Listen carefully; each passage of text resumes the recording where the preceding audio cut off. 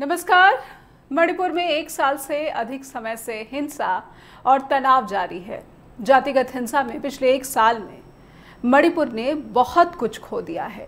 स्थानीय media reports में ये कहा गया है कि 300 से अधिक लोगों की मौत हो गई है, हजारों घर जला दिए गए, बहुत बड़ी संख्या में लोगों को बेघर होना पड़ा है, बड़ी संख्या में लोग लापता हैं। 2023 में दुनिया भर में इंटरनेट शटडाउन से हुए नुकसान को ट्रैक करने वाले एक पोर्टल टॉप 10 वीपीएन ने कहा है कि मणिपुर में शटडाउन की वजह से $1.5 करोड़ यानी कि लगभग 125 करोड़ रुपए का नुकसान हुआ है। हालांकि इसमें नुकसान शामिल नहीं है जो घरों, दुकानों और कारोबारों के बंद रहने की वजह से मणिपुर को उठाना पड़ा है। मणिपुर 5000 घंटे बिना इंटरनेट के रहा है। इतना कुछ हो जाने के बावजूद मणिपुर में तनाव जारी है। इस तनाव को खत्म करने का फॉर्मूला अब तक सरकारें, ना ही केंद्र सरकार के पास कोई फॉर्मूला दिख रहा है, ना ही प्रदेश सरकार के पास। केंद्रीय गृह मंत्री अमित शाह ने सुरक्षा पर समीक्षा बैठक भी बुला ली है, लेकिन इस बैठक में सीएम बीरेन्द्र सिंह ही नदारद रहे।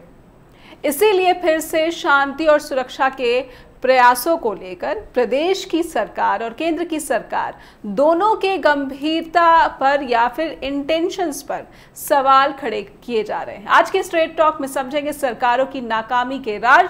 जिस हिंदी के इस लोकप्रिय कार्यक्रम में आप सभी दर्शकों का बहुत बहुत स्वागत है। मेरा नाम है नेहा शुक्ला।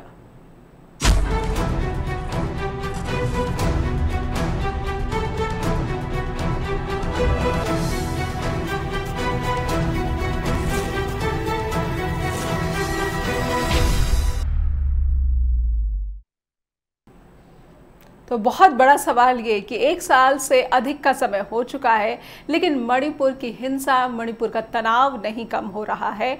और जो प्रयास सरकार की तरफ से हो रहे हैं, प्रदेश सरकार की तरफ से, केंद्र सरकार की तरफ से, क्या ये प्रयास वाकई में शांति सुरक्षा के गंभीर प्रयास नजर आते हैं?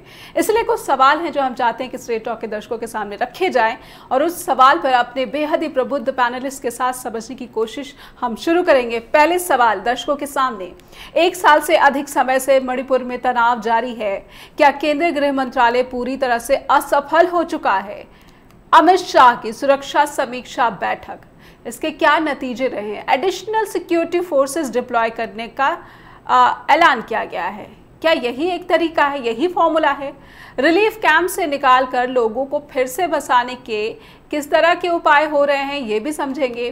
कुकी मैतेई समुदायों में शांति वार्ता के जो प्रयास हैं उसमें कितनी गंभीरता देखने को मिल रही है, इन सभी सवालों को समझेंगे। आइए स्वागत कर लेते हैं हमारे आज के पैनलिस्ट का। दैनिक पूर्वोत्तर के एडिटर हमारे साथ जुड़ चुके हैं वरिष्ठ पत्रकार रविशंकर रवि जी। सर बहुत बहुत स्वागत करती हूँ मैं आपका स्ट्रेट टॉक में।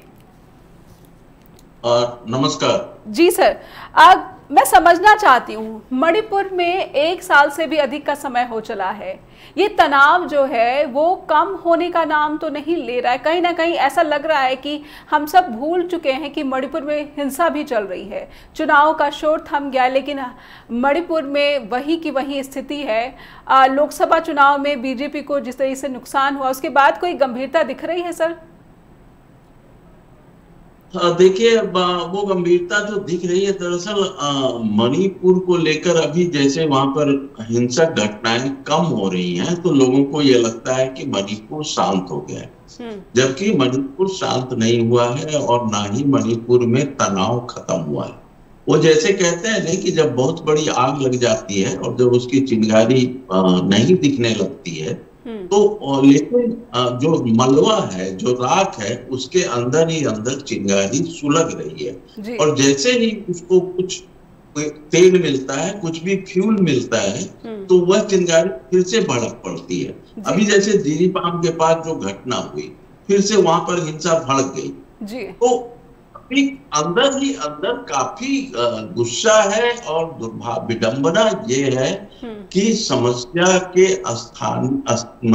अस्थाई जो समाधान के सूत्र हैं उस तरफ ना सोचकर अभी आप सिर्फ, सेना भी कह चुकी है, सेना के अधिकारी भी कह चुके हैं कि हम तो लॉ एंड ऑर्डर को ही देखेंगे, हम हिंसक घटनाएं ना हो, हम इस पर नजर रख सकते हैं।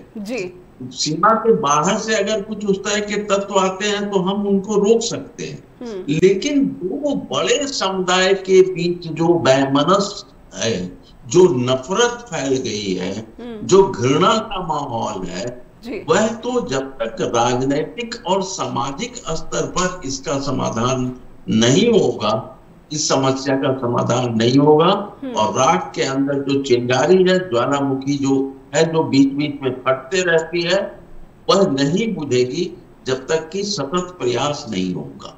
जी, जिस सतत प्रयास की बात कर रहे हैं, दो समुदाय के बीच ये तनाव चल रहा है सर, इन दोनों ही समुदाय को एक साथ बातचीत की टेबल पर लाने की कोशिशें और दावा जो है केंद्र सरकार की तरफ से, प्रदेश सरकार की तरफ से होती रही हैं।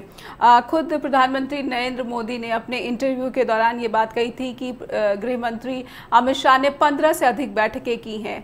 तो क्या ये बैठकें या फिर ये जो दावा किया जा रहा है ये पर्याप्त है, या फिर कहीं ना कहीं सिर्फ और सिर्फ खाना पूर्ति के लिए ये बैठकें की हैं?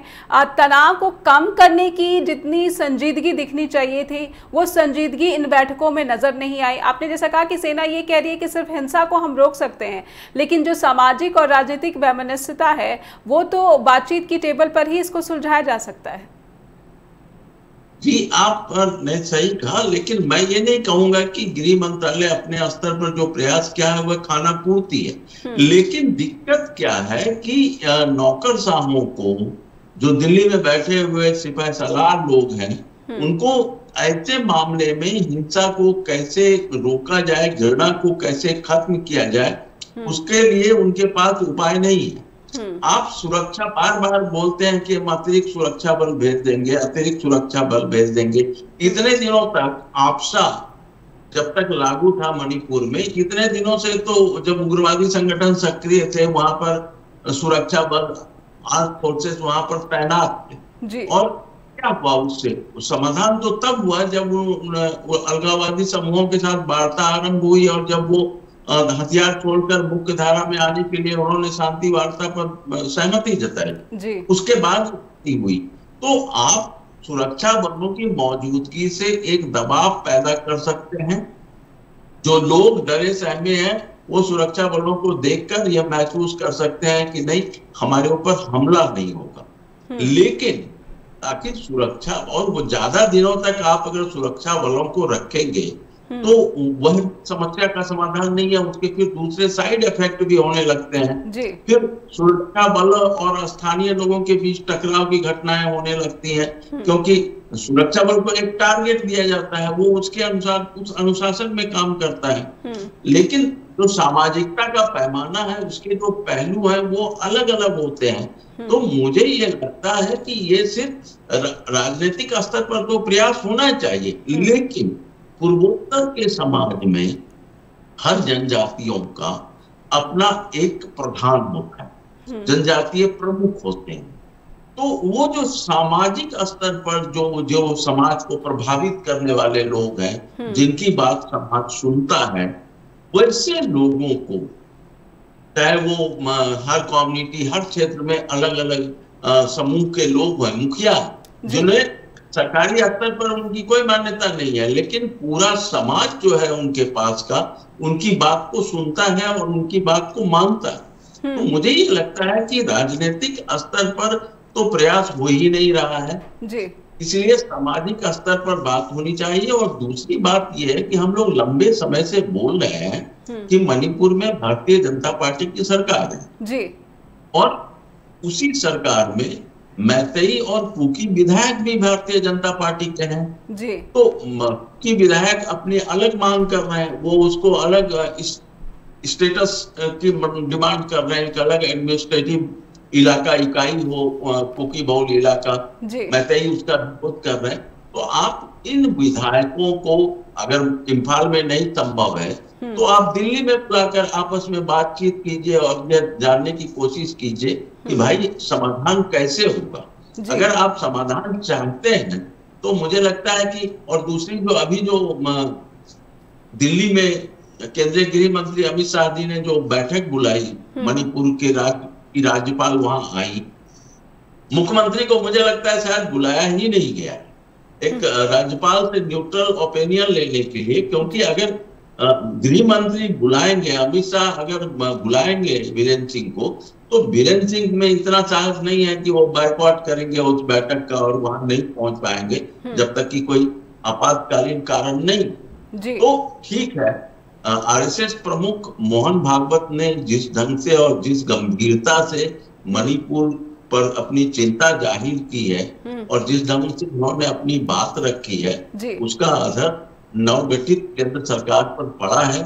और इसीलिए अमित शाह जी ने ये उच्च स्तरीय सुरक्षा बलों की बैठक बुलाई और उन्होंने कहा कि हम अतिरिक्त सुरक्षा बल भेज देंगे, लेकिन यह समस्या का समाधान नहीं है। बिल्कुल, लेकिन कितनी ये अफसोस की बात है कि मोहन भागवत की सजेशन के बाद केंद्रीय गृह मंत्रालय इस तरह से एक्ट कर रहा है या फिर गंभीरता का प्रदर्शन कर रहा है। उसमें भी जो प्रदेश के मुख्यमंत्री है उनको आमंत्रित नहीं किया गया सुरक्षा समीक्षा की बैठक में।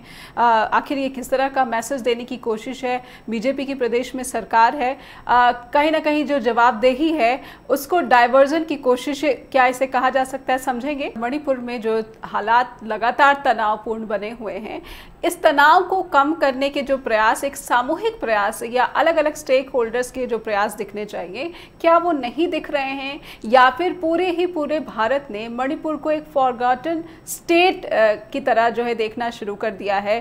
मणिपुर की जो खबरें हैं वो मुख्य धारा की मीडिया में बहुत ही यदा कदा ही देखने को मिलती हैं। इसी को समझने के लिए हमारे साथ जुड़े हुए हैं वरिष्ठ पत्रकार रविशंकर रवि जी। सर, मैं समझना चाहती हूँ कि अगर बीरेन्द्र सिंह को इस बैठक में नहीं बुलाया गया तो क्या पूरे के पूरे जो जातिगत समुदाय हैं जिनके बीच ये तनाव है उनको किसी तरह का संदेश देने की कोशिश की गई है? क्योंकि ये भी बात सामने आती रही है कि बीरेन्द्र सिंह के खिलाफ भी बड़ी नाराजगी है।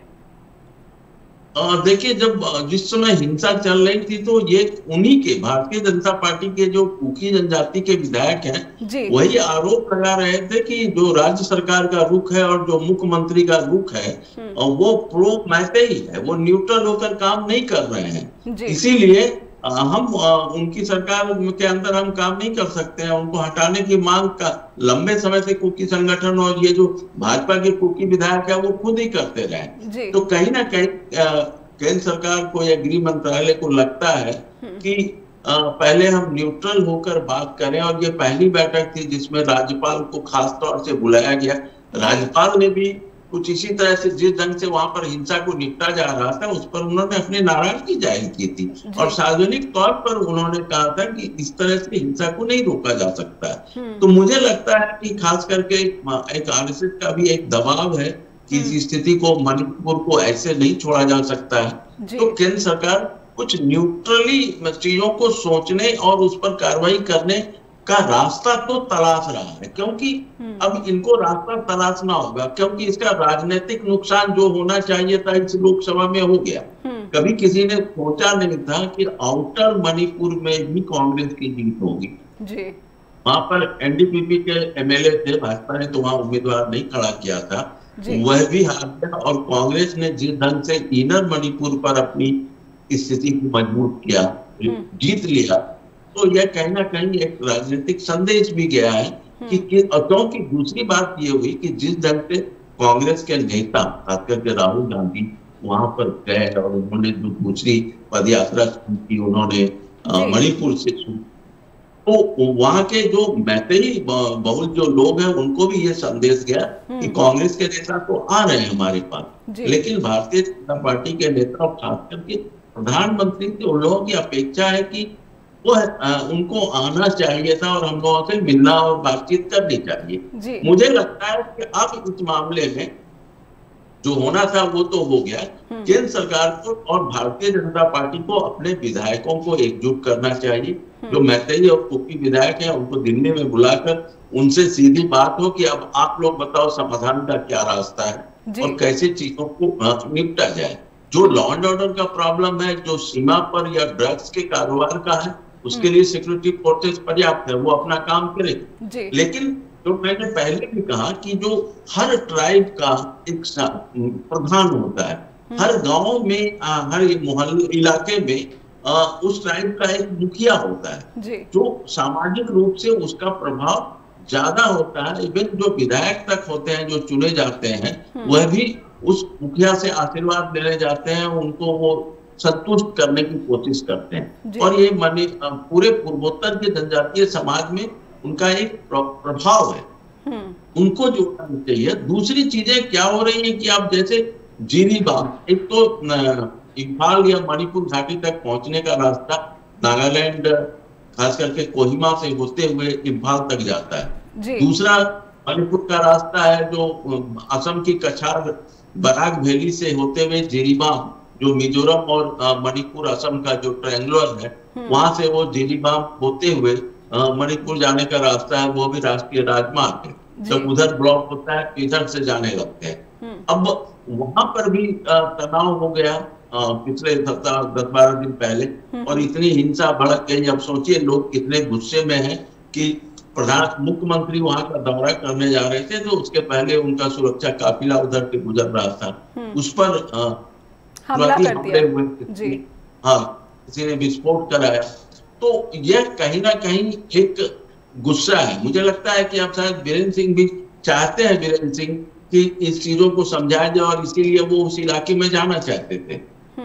लेकिन वहां लोगों में इतना गुस्सा है कि अभी फिर से हिंसा भड़क गई, और काफी संख्या में वहां से जो लोग भागकर असम के सीमा के अंदर आ गए, और फिर असम सरकार या जिला प्रशासन ने उनके लिए राहत कैंप वगैरह बनाए। तो क्योंकि वो मिजोरम की तरफ भाग नहीं सकते हैं, क्योंकि मिजोरम में भी जो मैतेई लोग हैं उनके खिलाफ वहां भी कुकी जेमी ट्राइब काफी ज्यादा है सीमावर्ती इलाकों में। तो वहां भी लोगों को गुस्सा है कि मणिपुर में कुकी लोगों के साथ अन्याय हो रहा है, उनको इंसाफ नहीं मिल रहा। तो कहीं ना कहीं ये सारी स्थितियां हैं। उसमें जो मुझे लगता है कि अगर सचमुच में केंद्र सरकार चाहती है कि मणिपुर की समस्या का, और ये देखिए ये रातों रात नहीं होगा, ये जो पूर्वोत्तर की जो हिंसा है, जनजातीय हिंसा, ये रातों रात रुकती नहीं है। लेकिन संवाद से, आपसी विश्वास से, वो जो भारत पाकिस्तान वाली जैसी स्थिति हो गई है, कुकी लोग मैतेई इलाके में नहीं जा पा रहे हैं, आज के दिन मैतेई लोग कुकी इलाके में नहीं जा पा रहे हैं। तो ये विश्वास का संकट अभी भी बना हुआ है, इसको कैसे टाला जाए। बहुत सारी हिंसा हुई है, लेकिन धीरे धीरे लोग जुड़ गए और फिर एक दूसरे पर विश्वास लौटा है। तो मुझे लगता है कि अगर नियत सही है और नियत अगर निर्णय पर निर्भर करता है, नियत अगर सही है, और तब अगर आप निर्णय लेंगे कोई, तो वह ज्यादा उपयोगी होगा। तो कहीं ना कहीं ये सारे जो प्रयास हैं वो ये कह सकते हैं कि इतने प्रभावी नहीं साबित हो पा रहे। कहीं ना कहीं जो नीयत है इन फैसलों के पीछे, वो नीयत नदारद दिख रही है। जो विभाजन हो चुका है, इस विभाजन को पाटने की जो कोशिशें हैं, कहीं ना कहीं इंटेंशंस पर सवाल खड़े हो रहे हैं। रवि सर, मैं ये भी समझना चाहती हूँ, जिन जिरीबाम की आपने हिंसा की बात की, उसमें कुछ स्थानीय जो लोग हैं उनका ये कहना है कि मणिपुर पुलिस के कमांडो शामिल हैं, जो कुकी बहुल के गांव है, वहां पर फायरिंग के केसेस हुए हैं। कुछ जो लोग हैं उनको अपहरण करके ले जाया गया, एक शव मिला है, उसके बाद से जो हिंसा है वो भड़क गई है। मणिपुर पुलिस की भूमिका पर आपसे समझना चाहती हूँ। जी देखिए, मणिपुर की जो कमांडो फोर्स है, कमांडो पुलिस है, वो बहुत ही आक्रामक भूमिका वो निभाती है। पहले भी इवन इम्फाल वगैरह में भी जो उनकी कार्रवाई हुई थी, काफी नागरिक संगठनों ने उसका विरोध किया था। तो कहीं ना कहीं ये लोग जो वहां पर जो कुकी समुदाय के लोग हैं, उनको अपने नियंत्रण में लेना चाहते हैं, और चूंकि वह जो राष्ट्रीय राजमार्ग है वह इनके इलाके से, उनके प्रभाव वाले इलाके से गुजरता है, तो वो चाहते हैं कि यह रास्ता को हम फ्री कर दें। और मुझे लगता है कि इस तरह की जब दमन की कार्रवाई होगी तो इससे तनाव और बढ़ेगा। इस तरह से आप जाकर और तनाव ही फैलाने का काम करेंगे।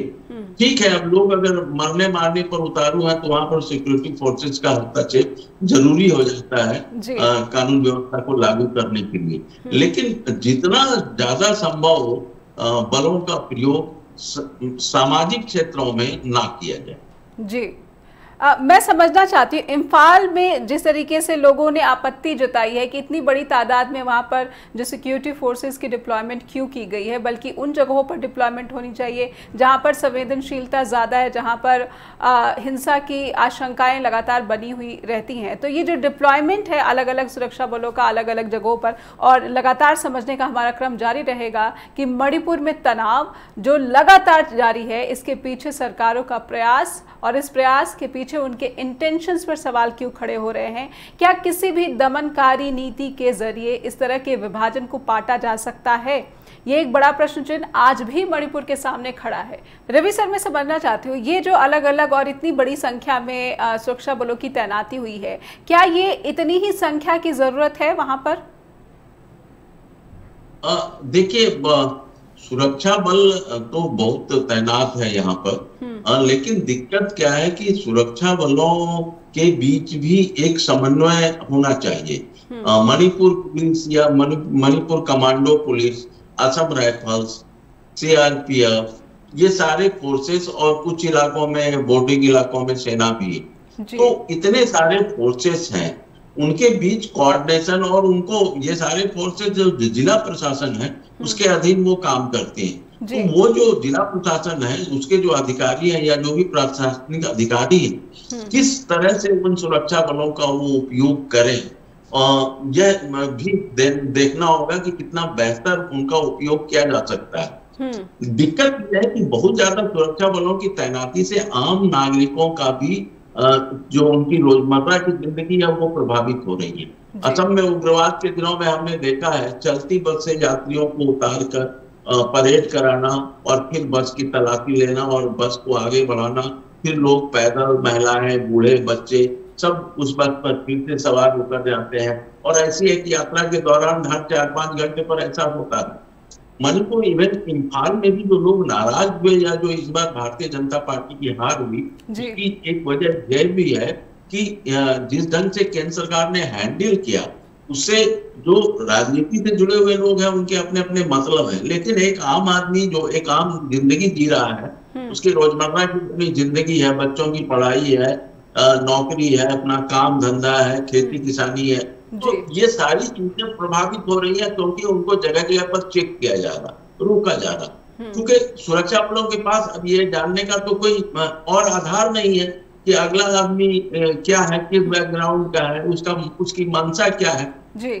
सुरक्षा बलों की एक सीमा है, लेकिन उससे आम आदमी की सामान्य जिंदगी प्रभावित होती है और कहीं ना कहीं तनाव, और अगर सुरक्षा बल नहीं तैनात हो तो भी दिक्कत ये हो जाती है कि अगर हिंसा भड़क गई तो उसका नियंत्रण कैसे जाएगा। तो ये सारी चीजें हैं, इसीलिए हम लोग बार बार ये मानते रहे कि बहुत दिनों तक सुरक्षा बलों की तैनाती नहीं होनी चाहिए। इसके अलावे भी दूसरे उपाय किए जाने चाहिए जिससे स्थिति सामान्य बने और स्थितियों का धीरे धीरे गाड़ी पटरी पर लौट जाए। लेकिन मणिपुर में लगातार 2 साल होने को हो गए हैं और बावजूद इसके स्थिति ठीक नहीं रही है, बल्कि घाव जो है वो ज्यादा पुराना होता जा रहा है, और जब घाव बहुत पुराना होने लगता है तो आप समझ सकते हैं कि उसका ठीक होना कितना और समय लगा सकता है। बिल्कुल, घाव बहुत पुराना हो गया, और उतने ही पुरानी जो है एक मांग है कि प्रधानमंत्री नरेंद्र मोदी मणिपुर क्यों नहीं जा रहे हैं। क्या ये मांग और क्या ये उम्मीद अब मणिपुर के लोगों के लिए आप किस तरह से देख पा रहे हैं इस मांग को या फिर इस उम्मीद को? क्या ये मांग अभी भी जिंदा है? वहाँ पर लोग अभी भी चाहते हैं कि प्रधानमंत्री नरेंद्र मोदी प्रदेश का दौरा करें, या फिर गुस्सा इतना ज़्यादा है कि शायद अगर प्रधानमंत्री उस राज्य का दौरा करते तो उनको भीड़ के गुस्से का या फिर किसी तरह की आलोचना का सामना करना पड़ सकता है, निंदा का सामना करना पड़ सकता है? नहीं, मुझे लगता है कि अब शायद प्रधानमंत्री भी चाहते हैं कि मणिपुर का दौरा किया जाए, इसीलिए उन्होंने, लेकिन वो जो वहां पर नहीं गए और उसकी वजह से जो वह एक वहां पर एक मांग ज्यादा ठोस और मजबूत होती रही, लोगों की नाराजगी भी हुई कि प्रधानमंत्री को एक बार तो आना चाहिए। शायद यही वजह है कि कहीं और भारत के किसी हिस्से में एक चुनावी सभा में या शायद एक इंटरव्यू में, एग्जैक्टली मुझे याद नहीं है, प्रधानमंत्री ने इस बात को मेंशन किया है कि हमने मणिपुर कि समस्या के समाधान के लिए उचित कदम उठाए हैं जी, और वहां पर इंटरव्यू में सुधार बातें हो। कही थी उन्होंने जी, इंटरव्यू में हाँ, जी। तो ये कहीं ना कहीं उनके ऊपर भी एक प्रेशर है और मुझे लगता है कि वह अब आज की स्थिति में इम्फाल या मणिपुर का दौरा करने के पहले एक सामान्य सी स्थिति को बनाना चाहते हैं। सुरक्षा बल और भी जो दूसरे उपाय हैं वहां पर स्थिति को सामान्य बनाने के लिए, क्योंकि अभी जानने से हो सकता है कुछ लोग प्रदर्शन करें, कुछ लोग बायकॉट करें, कुछ ये करें, तो शायद प्रधानमंत्री जाने के पहले वहां पर एक स्पेस बना लेना चाहते हैं ताकि कहा जा सके कि इस तरह का काम हुआ है, इस दिशा में पहल हुई है। तो लेकिन वो तो चाहते ही हैं, लोगों को ये लगता है कि प्रधानमंत्री अगर हमारे यहाँ आ जाए तो कुछ हद तक उसका प्रभाव तो पड़े। जी, कहीं ना कहीं जो दोनों समुदाय हैं उनके प्रतिनिधियों को किसी तरह की जो अहमियत का जो एहसास कराया जाए कि आप बातचीत की टेबल पर आइए, हम आपको पूरा सहयोग देने के लिए तैयार हैं, शांति के प्रयास बहुत ज़रूरी है। कहीं ना कहीं पूरी जो जनता है मणिपुर की वो प्रभावित हो रही है और इसलिए एक आंकड़ा जो मैंने शुरुआती प्रस्तावना में ही कहा था कि करोड़ों का नुकसान मणिपुर को हो चुका है। तो वहाँ पर जो आम जनजीवन है, रविशंकर सर, मैं समझना चाहती हूँ उस आम जनजीवन को आप कैसे देख पा रहे हैं? क्या वो पटरी पर लौट रहा है या पटरी पर लौटने के प्रयास ही चल रहे हैं? एक सन्नाटा सा तो दिखता है, लेकिन उस सन्नाटे में निराशा कितनी देख पा रहे हैं? और देखिए, अब इतने लंबे समय तक लोग शरणार्थी शिविरों में हैं, लोग लौटना चाहते हैं। कई मीडिया रिपोर्ट इस तरह की, कई बाइट्स मैं देखता हूँ, लोग अपने घरों में लौटना चाहते हैं, लोग अपने सामान्य जिंदगी जीना चाहते हैं अपने बच्चों के साथ, क्योंकि राहत शिविरों में आपको चाहे जितनी सुविधा हो, लेकिन आप एक निर्धारित इलाके में एक निर्धारित सीमा के अंदर ही आपको रहना पड़ता है। हाँ, कुछ आसपास के लोग कुछ निकल कर अपने खेतों में जा रहे हैं, फिर वापस लौट कर वो राहत शिविर में आ जाते हैं, क्योंकि उनके इलाके का है। तो अब लोगों को एक ऊब भी होने लगी है, बच्चों की पढ़ाई का सवाल है और भी दूसरी चीजें हैं, पशुधन है उनके, ये सारी चीजें हैं। तो लोग कितने दिनों तक इस तरह से जिंदगी को जिएंगे, रिलीफ कैंप्स में जी पाएंगे? जी हाँ, अब लोग राहत शिविरों से निकलकर अपने गांव लौटना चाहते हैं और ये चाहते हैं कि गांव में हमले नहीं हो। वो पहले की तरह जो है रात में एक ट्राइब दूसरे ट्राइब के इलाके में हमला कर रहा था, जिस तरह की स्थिति बनी थी, तो उस स्थिति को सबसे पहले रोका जाना चाहिए और निश्चित रूप से उन क्षेत्रों में सुरक्षा बलों की मौजूदगी जरूरी है जहां पर सीमावर्ती इलाका है, एक इलाके के लोग दूसरे इलाके में जाकर हमले कर रहे हैं, तो उसको रोकना और वहां पर सुरक्षा बलों की तैनाती जरूरी है। लेकिन इसके साथ साथ सामाजिक स्तर पर भी प्रयास किए जाने की जरूरत है।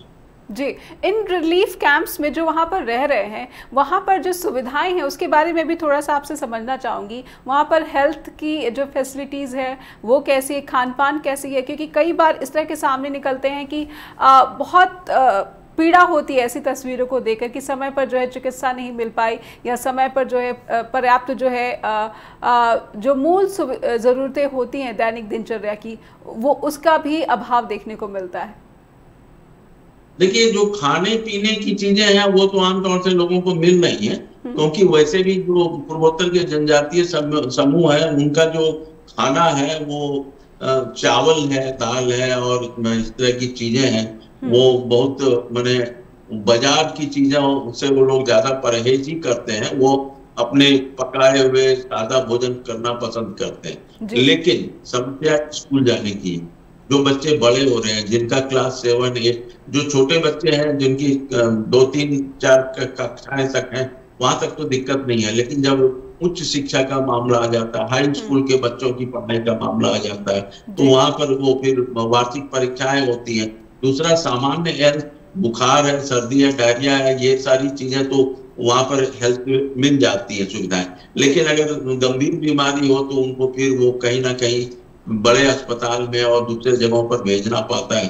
तो कहीं ना कहीं और एक निश्चित देखिए, जब लोग अपने गांव में रहते हैं तो आसानी से इधर से उधर घूमते हैं, फिरते हैं, महिलाओं का अपना जीवन है, वो जंगल में जाती हैं, खेत में जाती हैं। लेकिन यहाँ पर जो सिमट के रह गए तो कहीं ना कहीं एक मानसिक कुंठा भी उनके अंदर पनपने लगती है और एक सहमते हुए रहना, एक किसी स्वस्थ आदमी को आप लगातार साल 2 साल तक भय के माहौल में रखें तो उसका पूरा मनोविज्ञान ही उसका चेंज हो जाता है। इसलिए ऐसे लोगों हिंसाग्रस्त इलाकों में कैसे राहत शिविर से लोग अपने गांव में लौटें, ये सारी बहुत ही जरूरी है। और ये राजनीतिक सवाल नहीं है, बड़ा मानवीय और सामाजिक सवाल भी है। उनके अपने पर्व त्योहार हैं, अपने उनके जीवन का एक उनकी अपनी शैली है, वो सब कुछ प्रभावित हुई है। और जो बच्चे आज राहत शिविरों में रह रहे हैं,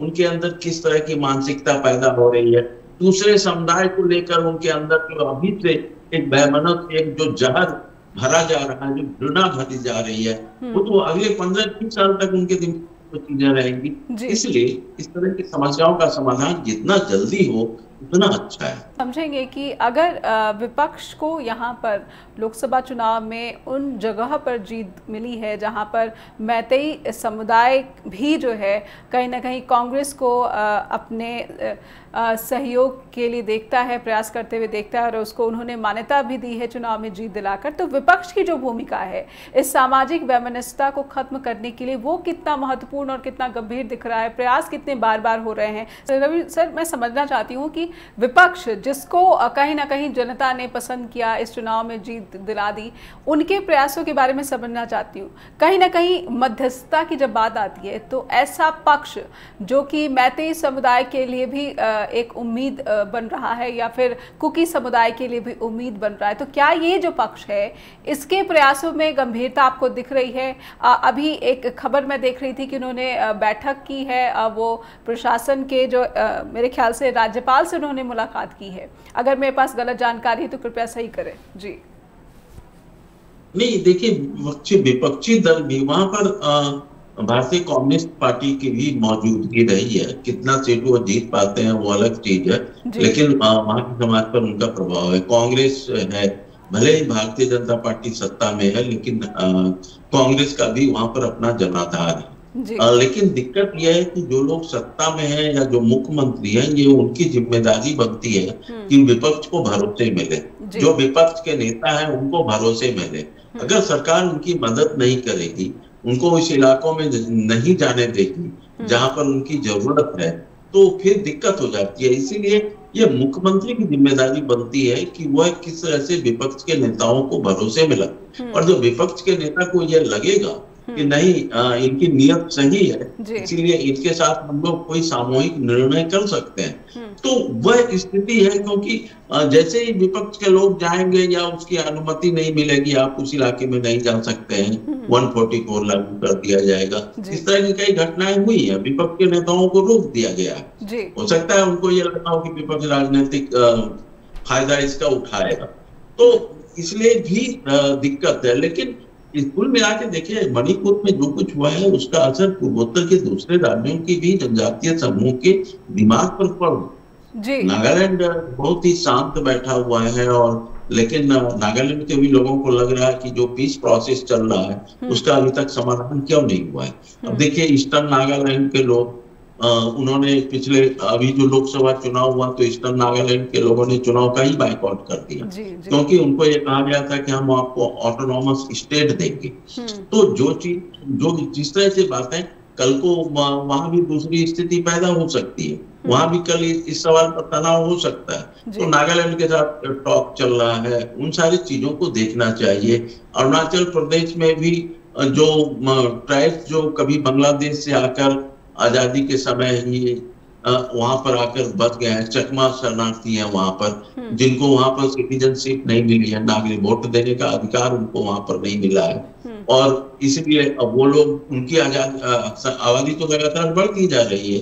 तो पूर्वी नागालैंड का जो इलाका है वहां पर उनकी आबादी बढ़ती जा रही है, जो म्यांमार और वो इलाका जो है वहां पर, तो धीरे धीरे वहां पर भी वो समस्या पैदा हो रही है। जो स्थानीय लोग हैं अरुणाचल प्रदेश के और जो चकमा शरणार्थी हैं, उनको वोटर राइट नहीं है, वो वहां पर नौकरी नहीं कर सकते हैं, तो आखिर उनका जीवन कैसे चलेगा? और अब आप उनको सीधा समंदर में फेंक भी नहीं सकते हैं। तो ये सारी जो जेन्युइन समस्याएं हैं उसको आप कैसे टैकल करेंगे? पूर्वोत्तर में अलग अलग इलाकों में जो जनजातीय समूह है, इन सारी घटनाओं का असर उनके भी दिमाग पर पड़ता है, और आज नहीं कल तो वो चीजें उनसे रिलेट हो जाती हैं। अभी दिखता नहीं है, लेकिन वो चीजें धीरे धीरे गर्म होते होते पानी खौलने लगता है। तो इसलिए हमें एक भारतीय होने के लिए, एक भारतीय नागरिक की हैसियत से और अपनी राष्ट्रीयता के हित में, अपने राष्ट्र के हित में भी केंद्र सरकार को इस दिशा में बहुत ही व्यापक ढंग से गहन चिंतन चर्चा करके राजनीतिक समाधान के साथ साथ सामाजिक स्तर पर भी पहल किए जाने की जरूरत है, क्योंकि पूर्वोत्तर ही है जो हमें सार्क देशों से जोड़ता है। हमारे देश का प्रवेश द्वार, कभी वो तिब्बत की सीमा पर चले जाएं तो अरुणाचल का वो सुदूर का गांव हो जाता है, या फिर म्यांमार की तरफ जाएं तो मोरे हमारा प्रवेश द्वार हो जाता है। तो पूर्वोत्तर में अंतर्राष्ट्रीय दरवाजे जहां से लोग आएंगे, तो इसलिए राष्ट्र हित में भी पूर्वोत्तर में शांति बनाए रखना और पूर्वोत्तर की जो जनजातीय लोग हैं उनकी जो जी,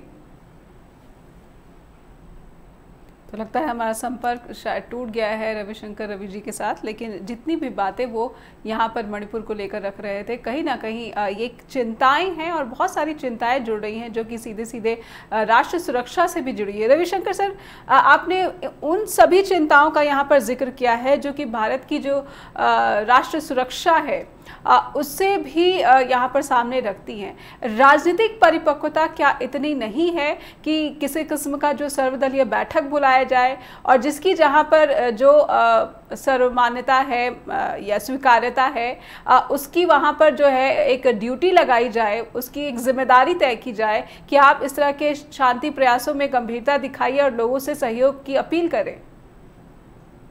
नहीं, देखिए, पूर्वोत्तर की कई समस्याओं का समाधान भी हुआ। ऐसा नहीं है कि पूर्वोत्तर की को ऐसे ही छोड़ दिया गया है।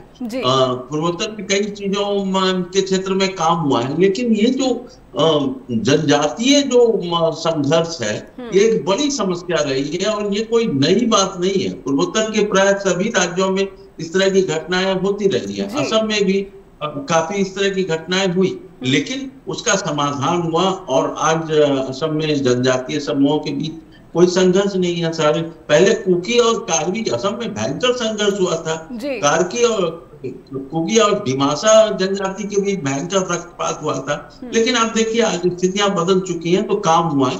इसीलिए मुझे लगता है कि ऐसा कुछ नहीं है कि मणिपुर की समस्या का समाधान नहीं हो सकता है, बशर्ते जो मैंने आपको पहले भी कहा, अगर हम सही नियत से सही निर्णय लेते हैं। तो इसीलिए रविशंकर सर, मेरा सवाल यही है कि क्या सर्वदलीय बैठकों का जो दौर है वो अब शुरू होना चाहिए और बार बार इस तरह की बैठकों का आयोजन होना चाहिए? सभी दलों की जहां जहां स्वीकार्यता है, जो जो उनका जनाधार है, वहां वहां वो जो है जनता से जो है शांति प्रयासों के लिए अपील कर सकते हैं या फिर सहयोग की अपेक्षा रख सकते हैं? जी नहीं, बिल्कुल जोड़ा जाना चाहिए, और सिर्फ राजनीतिक नेता ही नहीं, जो सामाजिक रूप से जो नेता लोग हैं, जो समाज को प्रभावित करते हैं, ऐसे सभी लोगों की पहले अलग अलग बैठक हो और फिर उनकी सामूहिक बैठक हो। मैतेई और कुकी समुदाय के नेताओं को, जो महिला संगठन है, उनको आपस में बैठाया जाए, बातचीत की जाए, इस समस्या का क्या समाधान है। और ये मुझे विश्वास है कि भारत सरकार अगर बहुत ही गंभीरता से इस चीज को लेती है और शॉर्ट टर्म और लॉन्ग टर्म प्रोजेक्ट को लेकर चलती है, तो कोई ना कोई तो रास्ता निकलेगा, क्योंकि वो सभी भारतीय नागरिक हैं और भारतीय संविधान में विश्वास करते हैं और खुद को भारतीय मानते हैं, तो इस समस्या का समाधान निकल सकता है। जी, बहुत बहुत धन्यवाद करना चाहूँगी रविशंकर रवि जी, आपने समय दिया और स्ट्रेट टॉक के साथ जुड़े। दर्शकों से अनुरोध करना चाहूँगी कि आपको इस कार्यक्रम से जुड़ी हुई कोई भी बात हम तक पहुँचानी है तो आप कृपया ईमेल भेजिए